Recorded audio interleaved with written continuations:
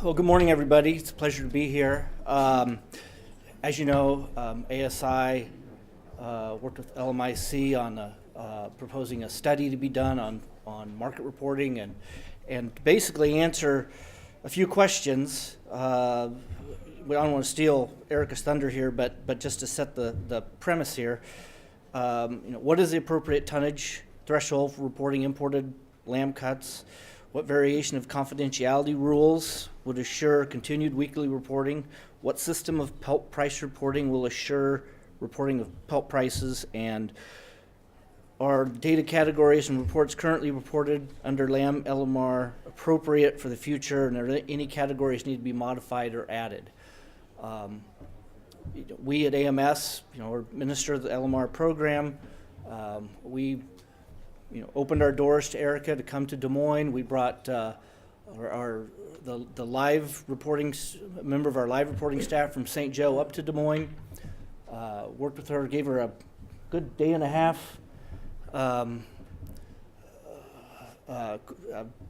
education tour on what the data looks like, how we handle it, what our challenges are, and from that, she put together this study, which has kind of gives a lay of the land and also provides some recommendations. And we're anxious to hear what all those are and better explanation, and we'll go from there. Thank you, Mike.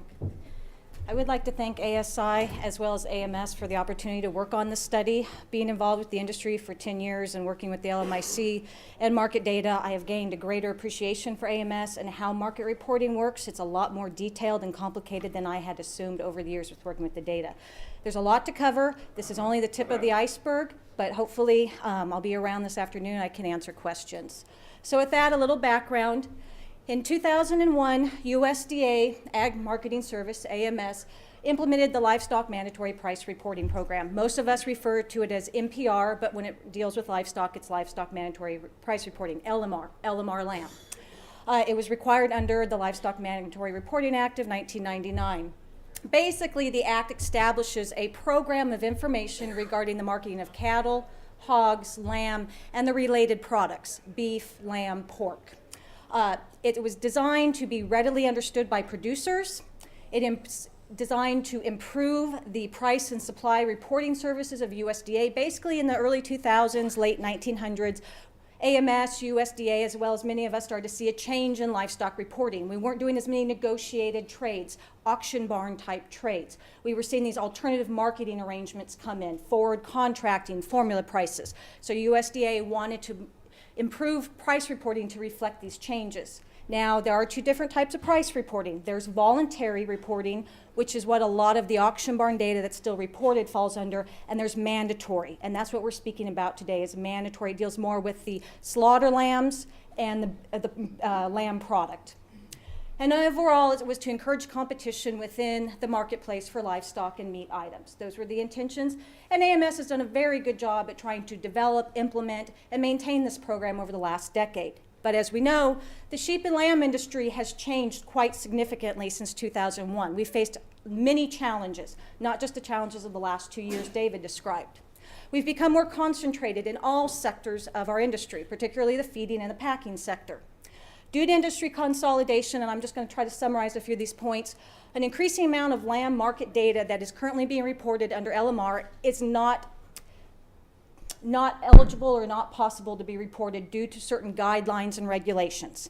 And these guidelines and regulations are somewhat complicated, but as we work through it, they're pretty understandable. One thing I'd like to make a note as we move through today, these changes some of them are beyond the control of AMS because we're talking regulatory. So that means the industry needs to work to making changes to the LMR program, and that is key. And I know Mike will discuss more of that a little bit later if need be. Basically, what we've seen is the data that cannot be reported due to consolidation and concentration in industry is basically due to these guidelines, or if it's on the verge of not being reported, because as we continue to see more concentration and consolidation, we're going to see more data disappear over the next few years, maybe even tomorrow. And some of you have already started seeing that in some of the reports. Basically, it's reducing the amount of market information for producers, feeders, and packers and processors to use in your risk management planning, in your production planning as you're looking ahead. The decline in market transparency compared to in 2001. You can already see that. The information, the data is just not available as it once was. And basically, it's critical to understand that the data reported under LMR has quite a bit of use within the industry. We can talk about lamb LRP, but also the lamb purchase programs by AMS. Anything that's a drought recovery or a funded program from USDA, they need data. And the most data on markets, or all the data on markets, comes from AMS and most of it under LMR. So data is used in more ways than we realize behind the scenes. So with that, as Mike mentioned, ASI over the years has seen the consolidation and concentration within the industry, and notice we have an issue coming down the road. Also, the events of 2011 and 12 maybe highlighted some of the data that we needed that maybe we didn't have due to either not meeting the confidentiality or regulations, or maybe because we just don't have the categories. The industry's changed. We don't import live slaughter lambs from Canada anymore, but we have categories for formula and forward pricing of imported live slaughter lambs. Maybe it's time to review some of these. We don't have a lambs committed. We had at one time, but the industry wanted something else. Maybe lambs committed might have been useful at this point in time. So the last couple of years prompted ASI to maybe investigate or study LMR a little bit. So overall, as Mike mentioned, there were 4 questions that were proposed to the LMIC.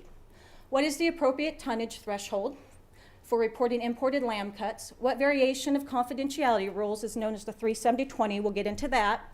Or other system will assure continued weekly reporting. What system of Pelt price reporting? I know that's been a big topic over the last couple of years. Note that's not mandatory. That is a voluntary report. We'll get into that a little bit later. And then asks, are the data categories and reports currently being reported, are they appropriate for now and the future? Are they reflecting what our industry is doing at this point in time and what it's going to do as we continue to maybe consolidate or stabilize? And are there categories that should be modified and added? As Mike mentioned, I had discussions with AMS staff, discussions with the industry, as well as university extension economists during this analysis. So input came from a variety of sources. So with that, the analysis, the report's about 25, 26 pages. It's pretty in-depth and it's a little long. It provides a review of the current lamb marketing data that are frequently unavailable at this point in time. Discusses some potential remedies to help correct the issues for the industry to think about as we move through this stage. NPR, or LMR, is reauthorized every 5 years. 2015 is when it'll be reauthorized. The lamb industry is starting early. The cattle guys just started as well. You have to start the ball rolling a couple years early to get your plan in order, because everything has to come from the industry to make changes during the reauthorization. Proposals include updating regulatory guidelines to better reflect the current industry structure, changing report categories. I mentioned maybe lambs committed, something of that sort. Descriptors to represent current marketing practices. We really don't import live slaughter lambs anymore, unlike when compared to cattle or hogs from Canada. Consolidating reports or sections of reports. That's both internal and external. For those that are in the processing or packing industry, you know all about those reports you have to submit to AMS. And working on those internal reports to help improve the external reports that all of us see on AMS's website or pre-printed in various newsletters and reports, or in charts and graphs as David showed earlier. And then basically we're trying to ensure, or the design of the study is to ensure and provide more accurate and usable market information for the industry and all sectors of the industry. So with that, I keep mentioning this regulatory issue, confidentiality. Basically, there's 2 primary issues that are impacting lamb price reporting at this point in time. Issue number 1 is the guideline determining who is and who is not eligible to report under LMR. We refer to this as the threshold level. And that's a good question. Who reports data? Some of you go, I don't have to report data. Some people say, I have to report data to AMS. LMR regulations state, a lamb packer who's federally inspected, FI, plants, slaughters, or processes an average of at least the equivalent of 75,000 lambs per year for the prior 5 calendar years is required to report under LMR. Now, as we know, over the last couple of years, we've become more concentrated and consolidated. We've broken down more into specialized products relative to the cattle or the beef sector and the hog and pork sector. We have more niche markets, more local markets. Those lambs typically are processed in smaller type of facilities that do not meet this requirement. They're not captured. Some specialty branded programs you would assume would be captured or not. Based on some discussions with AMS during the study, current range of those packer processors that are having to submit data right now under the program, on average, they're killing between 100,000 to 500,000 lambs per year. That's a wide range. And that's come down significantly when this program started in 2001. There's an issue that we'll discuss later about the burden that AMS has to take into account. It's a regulatory act that they have to take into account when establishing these numbers.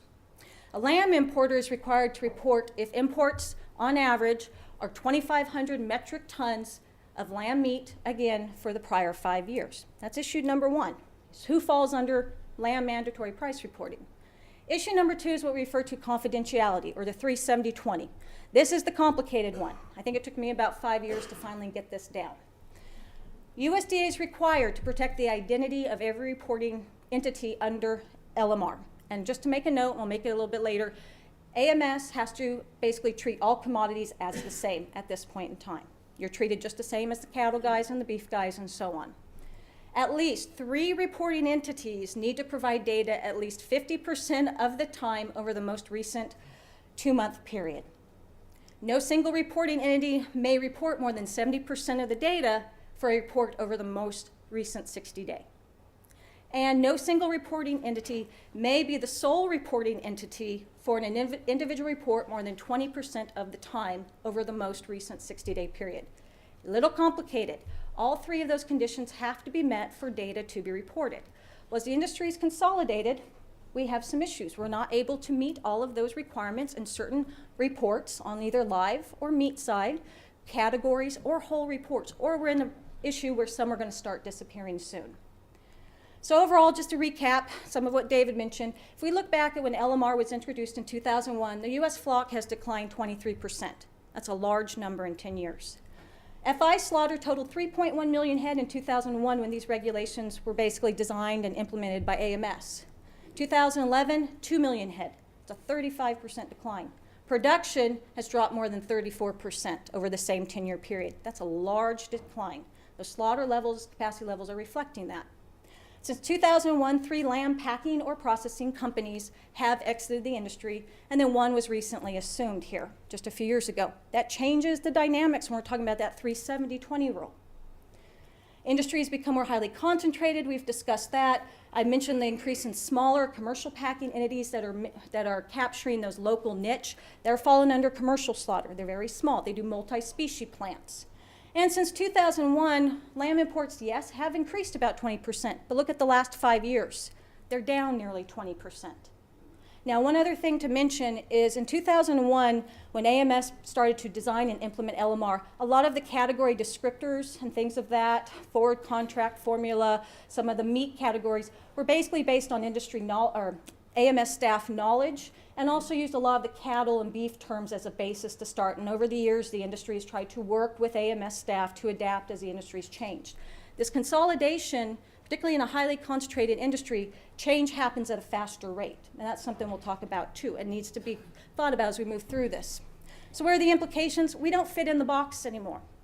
The lamb data that's being reported doesn't fit the type of categories that have been established over the last few years. We're different. We are unique relative to the cattle and the hog sectors and the poultry sectors from a data reporting standpoint. We can talk about personality and all that later.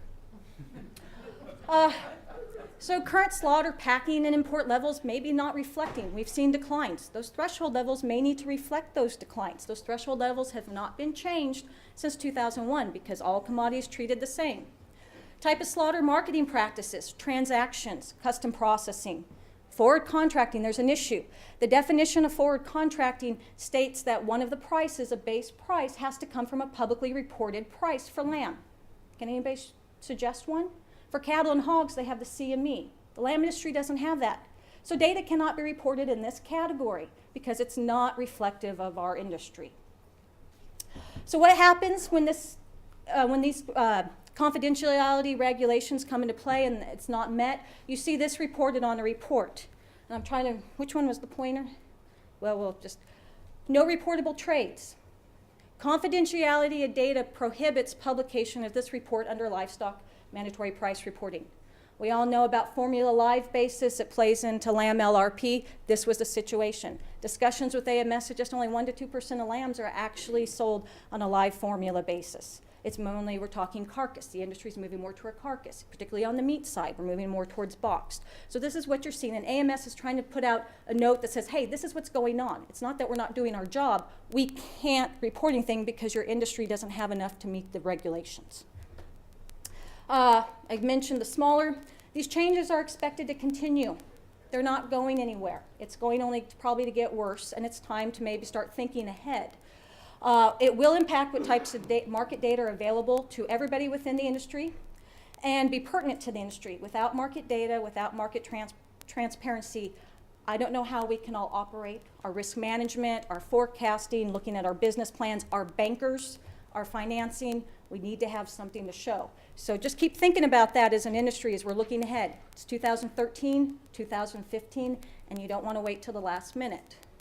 So with that, currently under Livestock Mandatory Price Reporting, there are 13 reports. Now again, we're under mandatory. We're not talking about the auction barns. They're coming out of San Angelo or any of that. These are Livestock Mandatory Price Reporting. All those that have a red asterisk next to them are currently either not being able to be reported due to not meeting the confidentiality or the regulations, guidelines, or at risk, which means certain categories are starting to disappear, or there's a potential down the road. For example, 3 of those reports deal with the Western region, the daily Western, the weekly Western. Well, right now, since we had one company purchase out another company, that leaves 2 companies that can report data under NPR for live slaughter lambs. Doesn't meet that 370-20 rule. Basically, at this point in time, we'll get through some high priority proposals. If the industry takes those into account, may be able to find another party, maybe not. Some things to start thinking about as I'm talking is trade-offs. We have to consider burdens on smaller packers and processors. We need to think about trade-offs, daily versus weekly. If the industry wants some changes, maybe we're willing to give up a daily report for a weekly report.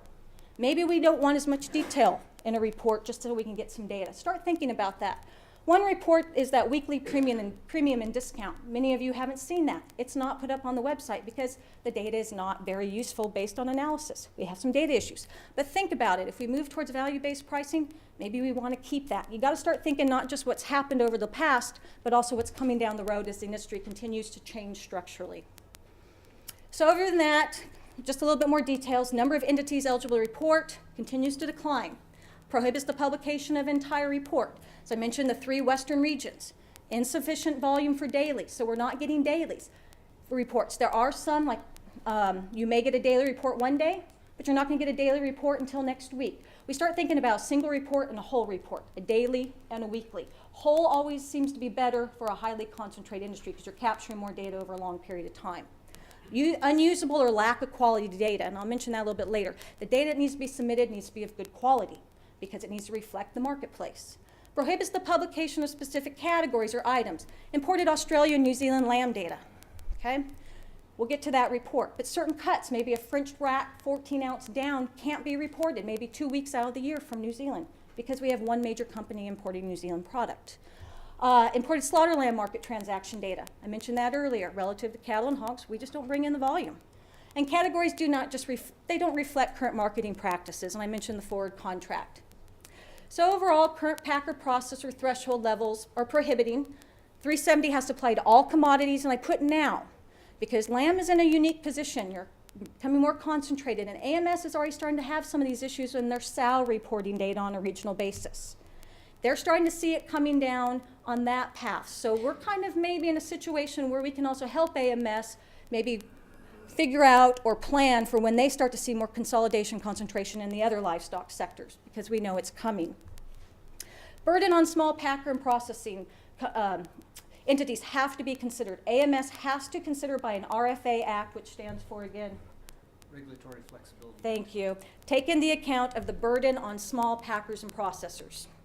And that's how they come up with the thresholds. So let's think about it. If maybe we can change the thresholds and maybe capture some of these smaller, maybe we don't make them report twice a day or once a day. Maybe we just make them report once a week because we can capture a little bit more but keep the costs down to them low. And for many of you who are in the packing sector know there's quite a bit of cost in implementing the software and the forms and everything of that sort to some report data. So adapt LMR reports or categories, as I mentioned, daily to weekly. Maybe we need to eliminate some unused categories and trade out for some that we think are more popular or coming down the road that will be more useful. Maybe we're doing some value-based pricing. We may want some more weight categories. Less detailed, broader categories to capture more data. That may be a key, particularly on the imports. So let's talk about imported lamb. AMS does put out a report, a weekly report on imported lamb products. This is not the official imported lamb data. The data that David showed prior to this presentation is the official import data that's reported from the Census Bureau, goes through Foreign Ag Service, and then drops down to ERS. Okay? AMS puts out a snapshot and provides a whole bunch of category data, but it's just a snapshot. It is not the official trade data. So it gives you an idea what's going on, but that's kind of my soapbox today because we have had some miscommunication of imports over the last couple of years. This is just a snapshot of some data, not the official data. For those of you who are unfamiliar with the port, it reports the number of trades, loads, price range, and average price for 44 different cuts from Australia and 41 different cuts from New Zealand. That's a lot of cuts. These cuts haven't been touched since 2001. We don't even know if we're trading all these cuts anymore. Fresh and frozen product is broken out, and we go from 0 to 21 to 22 and up days. That's a lot of detail for an industry that's in consolidation globally. When we look at the Australia, New Zealand flock and our imports over the last decade. Typically, AMS likes to make narrow reports, give you as much detail as possible. If you want to see detail, go look at the hog reports. More detail than the industry expected and probably wanted at this point in time. So maybe too narrow. Maybe we need to consolidate some of those categories to get some more data, more usable data. 13 different Australia rack categories. 13. 11 for New Zealand. None of those categories have been reported in a consecutive week. The data is disjointed, okay? So I mentioned there's only one entity providing all of the data at this point in time, or all or most of the data for New Zealand lamb for the majority of the time. That kind of hits that 370-20 rule. We have an issue. Prohibits specific data. A prime example, the French rack cap off 12 ounce down. That one, maybe 3 or 4 weeks a year, ran some numbers on that in the analysis. So seasonality, we know that plays a role in imports. So we get some weeks where we have consecutive data for a month for a lot of cuts. But then for the rest of the year, we get nothing. So if you're doing market analysis or looking at what imported prices are doing, you have a disjointed data set. But again, this is a snapshot of prices and volume. I mentioned disjointed. Now, the only category it doesn't have an issue is total volume because they combine fresh and frozen and Australian, they combine fresh and frozen together, okay? And Australian and New Zealand product. Excuse me. They combine Australia and New Zealand, separate fresh and frozen out. Reasonable solution, let's maybe think broad-based. It will help meet confidentiality guidelines, it'll help meet the regulatory guidelines, and it's going to provide more usable data in the long run. Now, I can't guarantee that's what's going to happen, but based on analysis and discussion with staff, it's getting there. So options we looked at, because I know this is a big topic and one ASI asked us to look quite a bit into, was combined maybe into a regional category called Oceania. That's pretty much how we mostly look at imports these days, is Australia and New Zealand. It will help when there's only one party reporting, which is the New Zealand issue. But we still have issues in terms of meeting the amount of volume for each product. Maybe we do continue separating Australia and New Zealand, but we combine fresh and frozen product. Maybe we get rid of the 0 to 21 and 22 days out. Maybe we just do 0 to 40 days out or something of that sort. We could also combine those two options, fresh and frozen, and keep separating. Or we can just combine them all. We can combine a region, we combine fresh and frozen, and maybe we need to reevaluate some of these product categories. 41 categories for Australia, 44. Are we really importing that many different products? So on the imported lamb, there's some options the industry needs to think about as they're reviewing this analysis. From our standpoint, combining 3 and 4 was probably the best option, which is basically combine into one region, and then basically combine fresh and frozen, and then reevaluate the categories and bring it more up to date.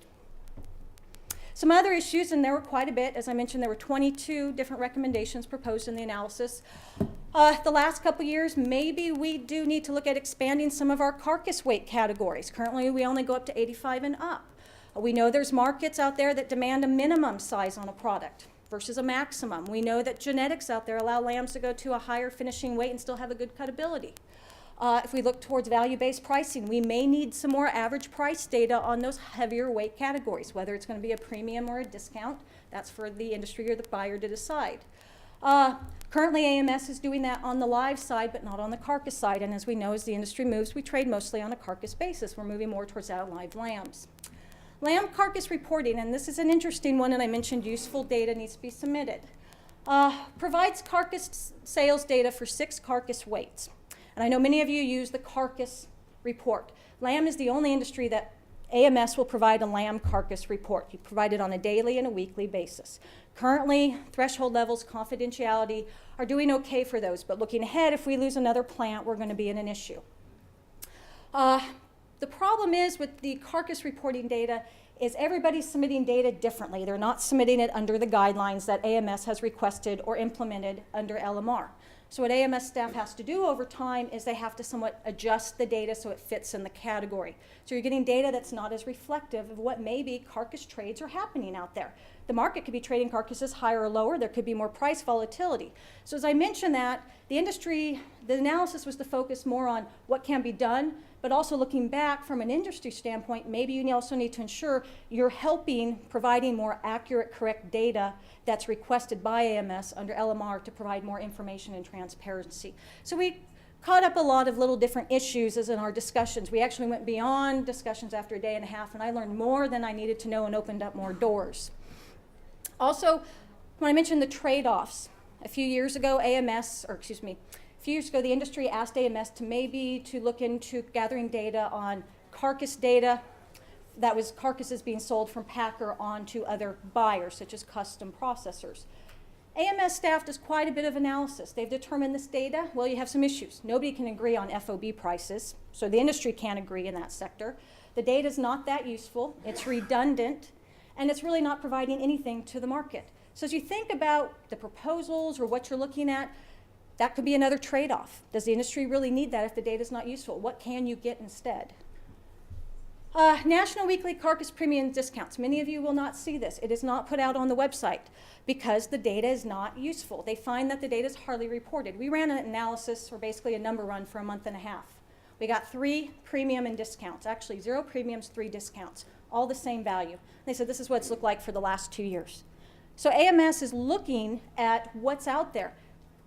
We debated a lot on this as to, right now, it doesn't provide any value to the industry.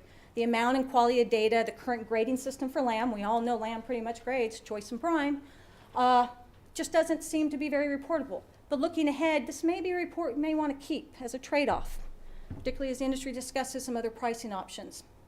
This is a hot topic, custom slaughtered livestock. And I'm just going to touch base on it, and anybody has questions, I'm putting Mike on the hot seat. Custom slaughtered livestock is not captured under LMR. And I mentioned the industry in 2008 did ask for carcass trade data going to these custom slaughter, packer, processor, boner breakers, that section that's not captured. And they said the data is not useful. Will AMS start including custom slaughter livestock under their program? Well, in 2008, there was a question submitted in regarding swine, NPR reporting, LMR reporting of swine. And as defined, a type of purchase refers only to those purchases by swine by a packer from a producer, packer to producer. In the commenter's example, the packer never purchases the swine from the producer and therefore will not be required to report that as a transaction. So since custom slaughter is technically not purchasing those lambs, you will not capture it. And I know it's been a big issue over the last couple of years. This is why.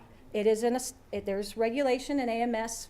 Basically, at this point in time, doesn't believe there's a need for this change. And again, this will apply across all commodities.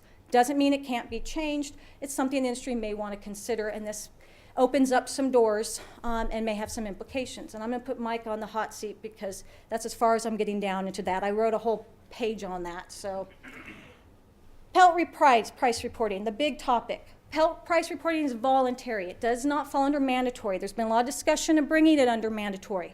If it falls under mandatory, it has to basically meet those guidelines as we mentioned earlier. The regulation guidelines is who and who does not report pelts, and they'd have to come up with some thresholds, and then that 370-20 rule. If pelt reporting was under mandatory right now, we wouldn't get a pelt report. And everybody here pretty much knows that. The pelt industry is consolidated. There's very few players. How lamb pelts have changed over the last couple of years has contributed to why we're not getting a lot of pelt prices. We call it static. We go on weeks on end with the same price or just no trades at all. Issues regarding AMS reporting, there's a small number of parties out there in the pelt business. And because they're under voluntary, they're not required to report. So they have a choice whether to report or not. AMS reporters will call those parties during the week and say, have you had any trades? And they have the option to say yes at this price, or they have the option to say no. Outdated pelt category descriptors. We know there's some issues on the grading of pelts. Every party grades pelts differently. Nobody agrees. Some people have their own system, others follow, some choose to do it differently. There's a lot of variability, as I mentioned, among the industry and the parties, and the quality of the data. There's contracts out there that go 6 months to a year, there's spot trading on pelts, and it's just really not accurately reflecting what pelts are doing. And AMS has been dealing with this for the last couple of years. They know it's a challenge, just not for the industry, but it's a challenge for them in meeting their purpose of providing information. Currently, the pelt price is that paid between a pelt processor and a wholesaler, okay, to the lamb packer. So the price paid from the processor to the packer.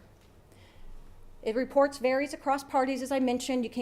They vary on quality. They vary, you get lot prices, you get individual prices. You get average prices, you get contract prices.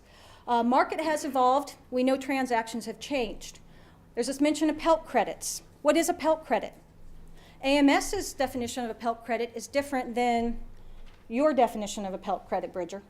Or maybe somebody in the back's definition, one of the packers, their pelt credit is going to be completely different than our opinions of a pelt credit. So is that an option? That's a problem.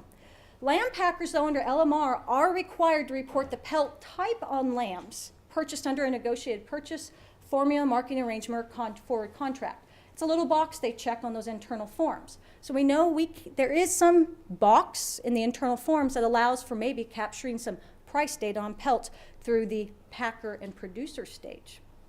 So with that, some solutions. Maybe instead of going from packer to the pelt processor or wholesaler, you think about coming down the chain. Maybe from the pelt value paid by packers on slaughter lambs, on those contracted lambs from those AMRs. Since they're purchased lambs, we're on a live basis, we're on a carcass basis, we're on an individual basis, we're on a lot basis. We have all these different ways of purchasing lambs, and there's alternative marketing arrangements. Why not just an average pelt value? We have a box already. Just put in the average pelt value. It eliminates many of the issues I've discussed. Also, it removes the need to update the current pelt grading system because we know there's an issue there. And that's going to come at a cost. And that's going to be a cost the industry is going to have to come up with funds with. AMS, USDA, and overall all federal government agencies are on a budget crunch, without a doubt. And so since this falls under voluntary and not seen as maybe the highest priority as the other items we discussed, reviewing the current pelt grading system would probably fall back on the industry, and that comes at a very high cost. So we're trying to find maybe a plausible solution. Changes maybe help reduce some of the burden too, just an average pelt. This would allow an average pelt price and a range of low to high. Basically, that's what we're looking for. So with that, 22 recommendations on the analysis, and this dealt with high priority, low priority, things to consider as you're looking ahead, things to consider now. What if this were to happen, if the industry took some of these proposals and maybe got this instead, things of that sort. So the highest priority items are adjusting the threshold levels from 75,000 to maybe a range of 35 to 55,000. That takes into account the decline over the last 10 years and forecasted declines of 1 to 3% in slaughter lambs over the next couple of years, as well as any potential stabilization. That may help capture some of your smaller companies, but also ensure your current companies now are still under LMR. And just importer volume levels down to 2,500 from 2,500 to 1,500. That's not going to solve the issue completely, but it's going to help reflect and show that the industry is consolidated. Globally, we're seeing import levels come down. That's also capturing import levels basically stabilizing or declining over the next couple of years. Don't have an issue if they increase. It's if they continue to decrease is where the biggest issue is on these threshold levels. Current LMR regulations for slaughter or processing entities and importers from a prior 5 year to maybe 2 or 3. As I mentioned, as the industry consolidates, changes take place at a faster rate. They happen more quickly. We can all testify to that over the last couple of years. It doesn't take 6 months to 3 years to take effect. It can take in 1 or 2 months. So if you can shorten the time frame, it may help capture some of those changes, and we're not here today with 22 different issues that are, or the fact that we have a lot of data at risk or not being reported.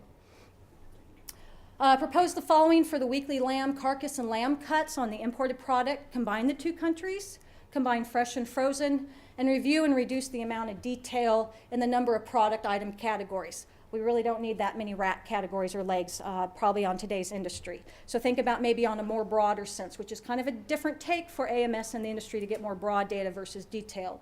And then a proposed adjusting the pelt price reporting to that of an estimated value paid for pelts by packers on slaughter lambs purchased on negotiated formula or contract basis. As of right now, that would basically help a consistent supply or a consistent reporting of pelts at this point in time, as of right now. And that would include a range. So with that, some comments. These changes are necessary. A lot of stuff's happened in the last decade. Basically, a lot of the practices no longer practice. Maybe they're valuable to cattle and hogs, but not to lamb, particularly over the last couple of years. There may be some more transactions or data that might be more useful as we look ahead. Far-reaching implications for the industry and are needed. As I mentioned, just not LRP insurance, but think about any drought assistance, lamb buy purchases. They all have to have some sort of data, market-related data. It's coming from this program. So with that, and Mike will get into this, 370.20 right now applies to all commodities, okay? At this point in time, AMS has been advised that they cannot make any changes for individual commodity groups at this point in time. That is a regulatory change and beyond the control of AMS. It comes from OMB and higher. Currently, there's not an alternative for 370.20. That's why we're getting no reportable trades or no data. If there's one or two eligible parties to report, well, you just don't get the data. U.S. National Ag Statistics Service, NASS, does have what they call informed consent. And that gets into a little detail, but that could be an option. AMS has yet to respond to that, but it's a potential option that NASS has used for reporting data when there's only one or two entities. But that is at the entity's discretion to provide. It's their basis, and they're willing to revoke it at any time. And looking ahead, as I mentioned, 2015, we would suggest continuing discussions with AMS, taking these different proposals, ranking them high, middle, low, seeing what changes need to be done, this give and take, what's possible, what's not possible, looking at the burden, and what steps may the industry have to require to actually going to a regulatory process to OMB and higher. So with that, I thank you very much, and if you have any questions. We're going to have to wrap things up. Oh, two things to say, just gotta be really quick. Really Yes, quick. you may- yes. I'd like to thank Erica, first of all, for taking my time. This is great. But no, we'll have questions later. I know there's a lot of questions about this, but there's a couple clarifying points I would like to make that I've learned since we've done this study. If we were to wait to 2015 to reauthorization, you understand that the rulemaking process on top of that just adds more time. So you're looking way too far away. Actually, anytime industry wants to make changes to a regulation, they can petition the USDA with changes they'd like to make. I'd recommend there's something everyone agrees on that's not controversial, that's not going to cause, because then we go through a lot of ado for nothing if there's a lot of dissension about it. So with that said, if there's anything if there's any proposed changes that affect what the packers, how they're currently reporting information, that would require a change in the regulation. If there are other things that that we could do differently with the data we're already receiving, that does not require a change in the regulation. We can do that administratively through programming changes. But one caveat I want to make sure everyone's aware of, as you know, as the government as Congress is dealing with the budget deficit and trying to figure out what to do, we have less resources all the time to make some of these changes. So we're doing the best we can, but just understand that what our obstacles are too. But that said, we'll be around to answer questions. Look forward to working with ASI and the industry on whatever changes you'd like to make as we go forward. So thanks.